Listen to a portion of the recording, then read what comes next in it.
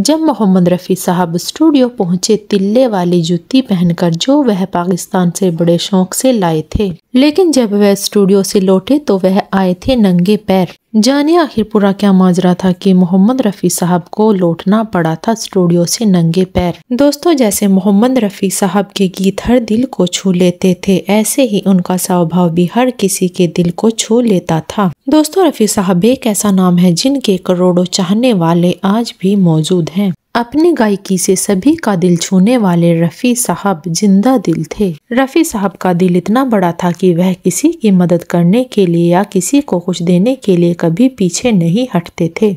मोहम्मद रफ़ी साहब की जिंदा दिली से जुड़ा एक किस्सा जोगिंदर शैली ने एक इंटरव्यू के दौरान सुनाया था। जोगिंदर शैली एक पुराने इंटरव्यू के दौरान बताते हैं, एक बार रफ़ी साहब महबूब स्टूडियो में एक गाने की रिकॉर्डिंग कर रहे थे। उस समय पर जोगिंदर शैली भी वहां पर मौजूद थे। जोगिंदर शैली ने बताया, जब मोहम्मद रफ़ी साहब रिकॉर्डिंग के लिए पहुंचे तो वह तिल्ले वाली जूती पहनकर आए थे, जो वह पाकिस्तान से लेकर आए थे, और वे जूती पहनकर मोहम्मद रफ़ी साहब महबूब स्टूडियो आए। जोगिंदर शैली बताते हैं, वहां उनके एक गाने की रिकॉर्डिंग चल रही थी और जोगिंदर शैली ने मोहम्मद रफ़ी साहब की जूती देखकर कहा, क्या जूती डाली है सर आपने? तो रफ़ी साहब ने उनसे पूछा, क्या आपको पसंद है? इस पर जोगिंदर शैली ने कहा, जी हाँ, मुझे बहुत पसंद है। तो रफ़ी साहब बोले, अच्छा अच्छा। वह आगे बताते हैं, इसके बाद जब रिकॉर्डिंग पूरी हो गई और रफ़ी साहब वापस जाने लगे तो वह रफ़ी साहब को छोड़ने के लिए नीचे तक गए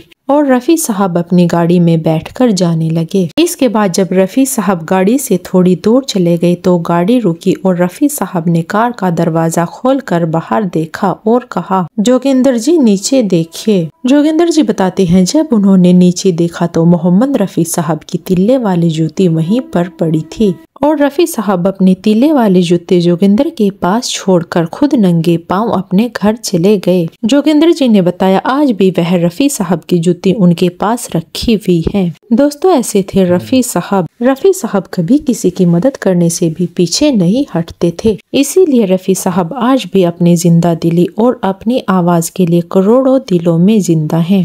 दोस्तों, आपका रफ़ी साहब की इस जिंदा दिली के बारे में क्या कहना है, हमें कमेंट में जरूर बताएं।